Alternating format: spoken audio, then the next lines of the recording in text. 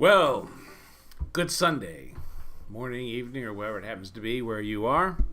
My name is Dr. William Painter, and it's my turn to give a song and sermon this week. This is the first Sunday of Advent, so it's kind of about waiting.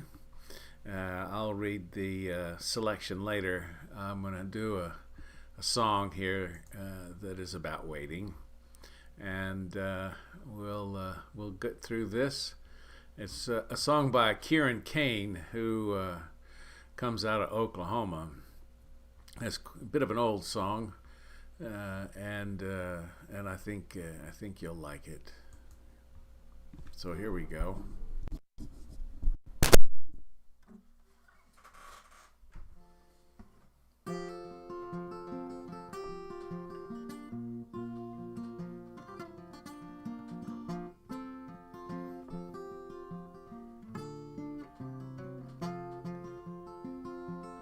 Someday we'll roll away the stone that we have carried for so long, and all our burdens will be gone, and I can't wait. We will find our way to an understanding of all views, and no prayers will be refused, and I can't wait. It seems that we've gone too far, and now we don't know where we are. I believe we'll find a guiding star, and I can't wait. If faith is the final place where all fears have been erased and the locks have fallen from the gates, well, I can't wait.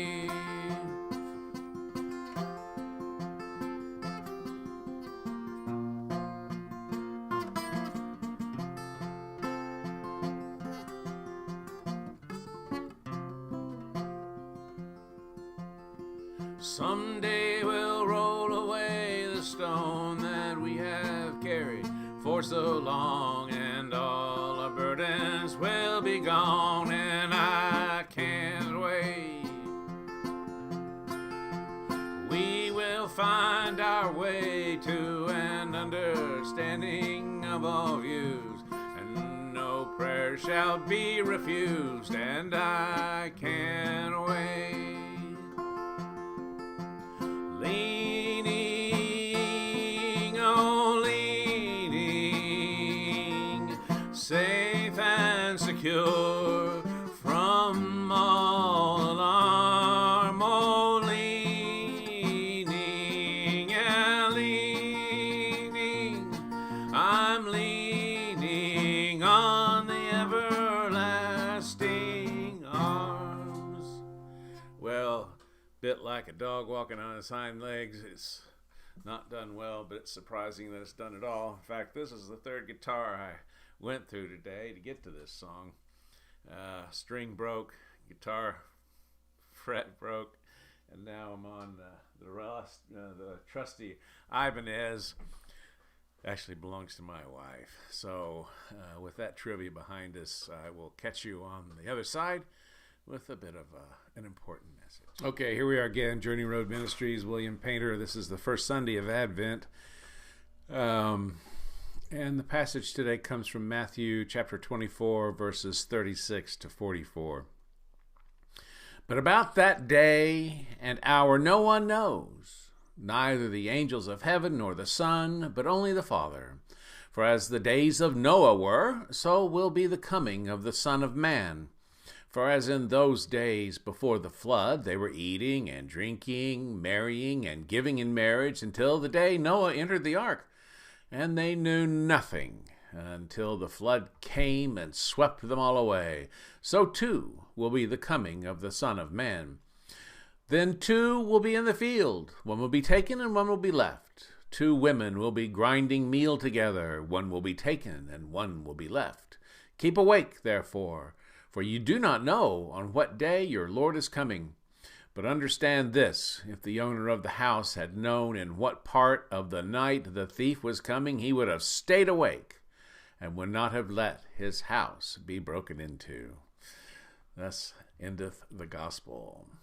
Okay, so this is one of those wonderful gospel passages that always gets used as a scare package, as a scare scripture, because if you don't know he's coming in, then all of a sudden you're going to be swept away like those people in Noah's time, and well, that's really not what it's about. And it gets conflated with Revelations and where people are taken up in the I don't even remember what it's called, the Judgment Day, and they rise up out of their graves. And I think they made a movie out of it where people like randomly disappeared because they were taken up. Well, that's the opposite of what this passage is talking about.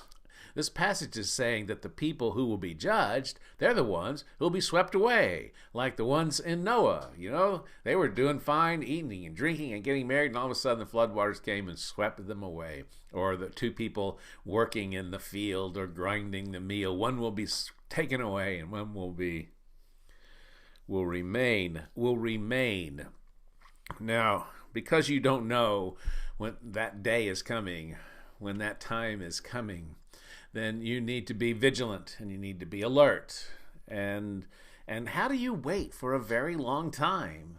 There's a wonderful song by Fanfarlo about how to wait for a very long time, and it's about this fella that was waiting for aliens to show up, and he just knew they were coming. He would listen to the radio, and he knew they were coming, and they never did come.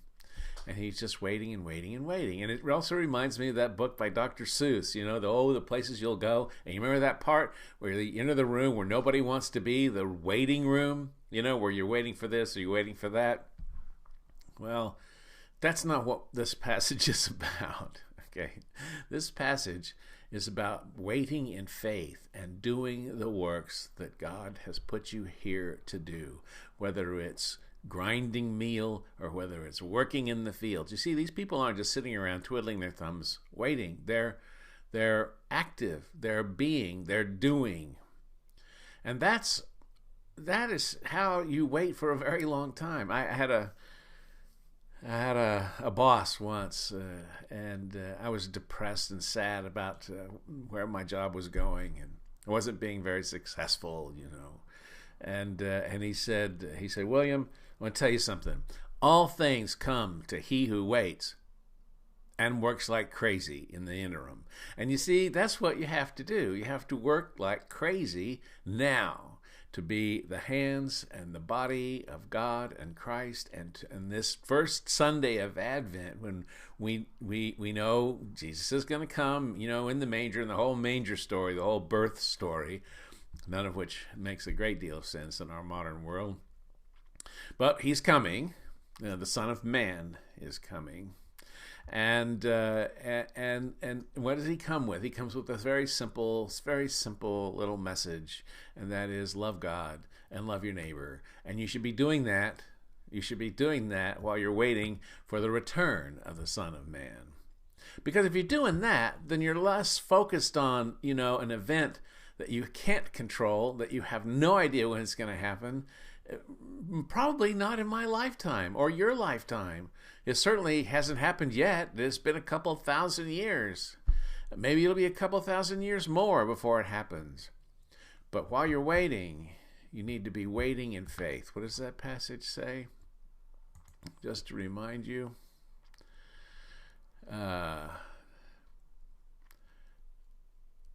Two will be in the field, one will be taken, one will be left. Keep awake. You do not know on what day your Lord is coming. You must be ready, for the Son of Man is coming at an unexpected hour. And there's several passages here that follow and precede about waiting. Just read them yourself, because you can't just not do something. You have to be active. The act of being a Christian, the life of being a Christian, is being active and purposeful. Not and in a way, one of the things I like about that song, one day we'll roll away the stone. He's not talking about the tomb. He's talking about the burden we carry. that all our views will be reconciled at some point. And we live in a time where there's a lot of hate.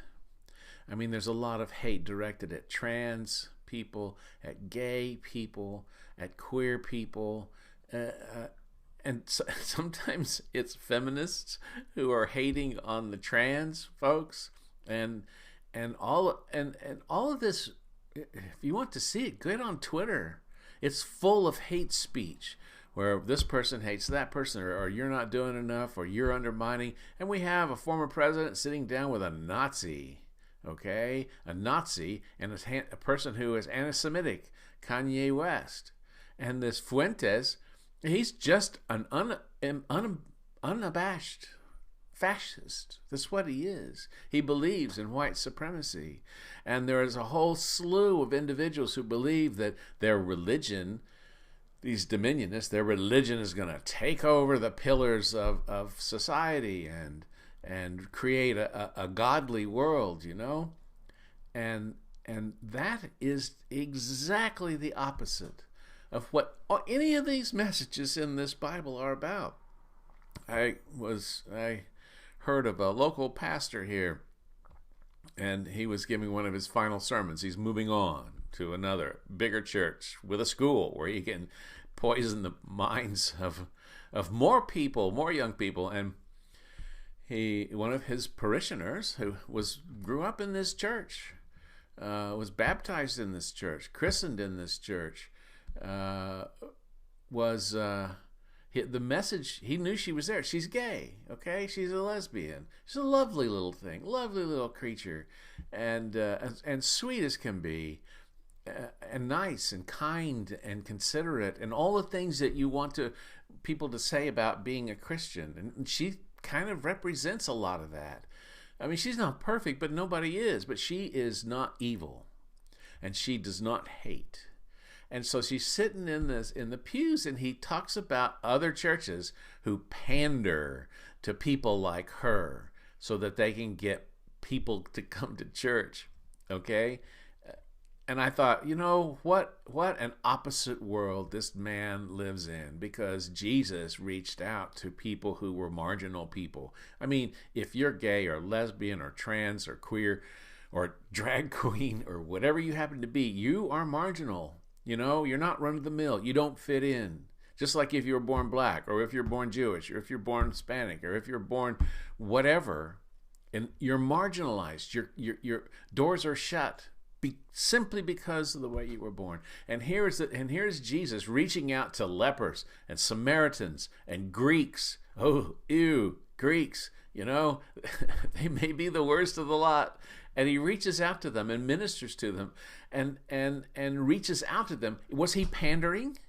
Was Jesus pandering to these people? No, he wasn't. He was saying, this is the way of salvation. This is the way to bring heaven on earth. Love God and love your neighbor.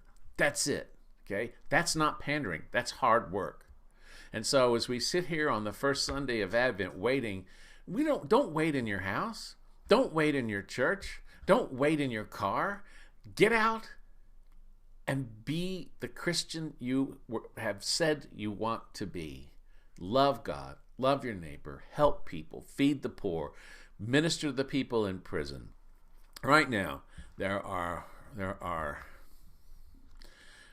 people in another country who are fighting to preserve their lives. There is genocide going on in the Ukraine right now. Right now.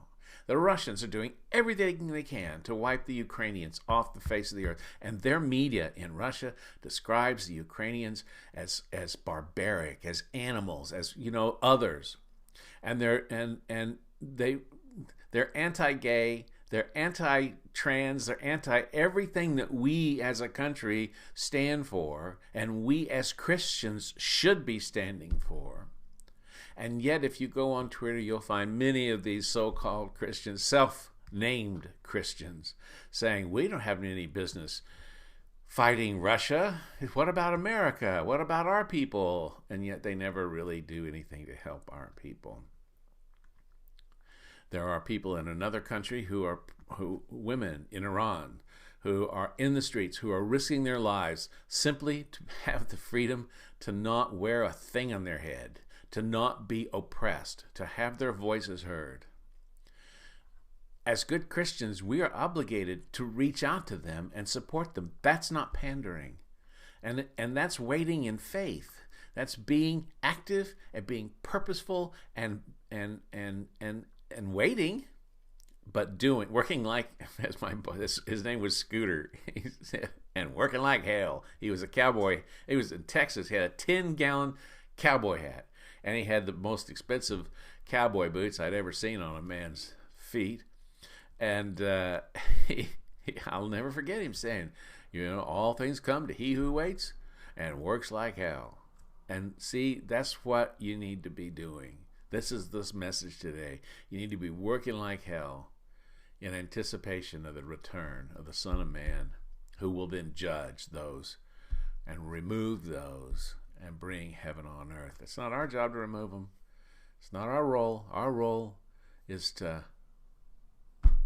do good, be righteous, love God, and love your neighbor. We just finished with Thanksgiving.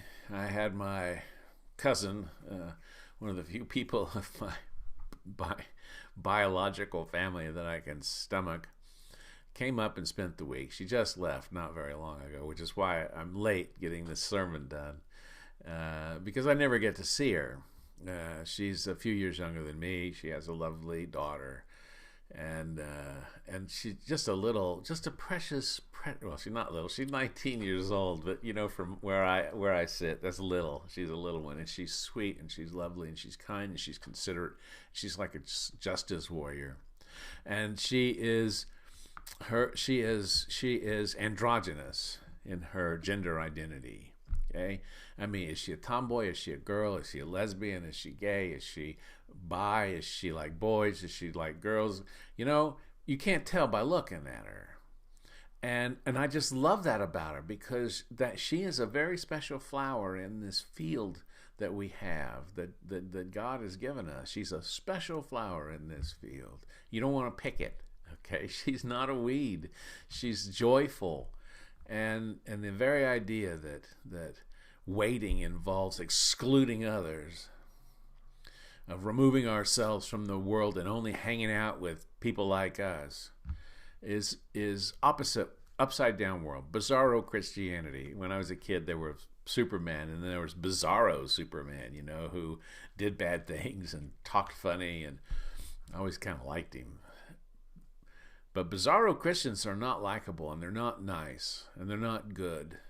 They're dangerous, and they're a threat to our order of society, and they are a threat to our spiritual life, and they are a threat to religion. The reason people are leaving Christianity in droves is because of preachers like that guy who accuse real ministers and real ministry of pandering to people who are different. Well, I like different people. And sometimes I have to struggle, to understand or to accommodate, or to certainly not be judgmental. My wife says I'm judgmental, and I'm like, well, maybe I'm just being descriptive, but she's right. I should be less judgmental. We should all be less judgmental while we wait. With that in mind, I hope you had a wonderful Thanksgiving. I hope you're able to give thanks for all the wonderful things that have been bestowed upon you. We enter this season now, into the Christmas season, the joyous season where it's the darkest of days.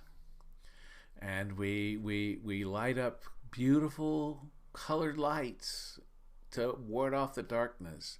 And I'm going to come back to this theme later, but it is the quintessential human spirit that strings up multicolored lights in the middle of winter to celebrate the birth of a person who spoke only of love.